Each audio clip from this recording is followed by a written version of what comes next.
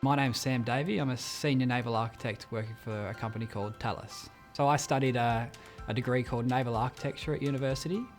I studied this down in Tasmania of all places. There's not many places in Australia that offer this degree. I studied at a place called the Australian Maritime College. The reason I got into this degree was I really didn't know what I wanted to do. I knew I was fairly good at mathematics subjects, and I knew I wanted to do something like engineering where I could use a bit of my maths skills as well as trying to design something new.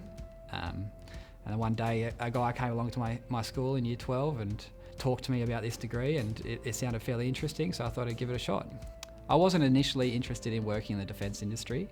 Not something I would have jumped into naval architecture for. The idea of designing white boats and working on super yachts and stuff like that is always the attraction. However, there's a fairly good lifestyle that comes along with working in the defence industry. There's a lot of jobs also. So as part of my undergrad placement, I was able to work for a submarine company in Adelaide. And from there, it sort of stemmed into my first job after uni, after I graduated. And I sort of learned about the benefits of working in the defence industry.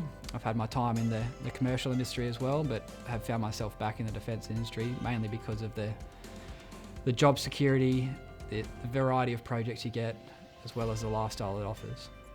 So as a senior naval architect, I have a large number of roles and responsibilities in this job. I work across multiple different platforms for the Navy. I also do a lot of commercial docking work, so my roles sort of vary from new design work, implementing these changes onto the new vessels, designing new vessels, as well as conducting in-service support, which is basically like when you bring your car to the mechanics and trying to get it serviced. We do that for the Navy. So I'll advise production, I'll give some guidance on how to do things, provide support where necessary.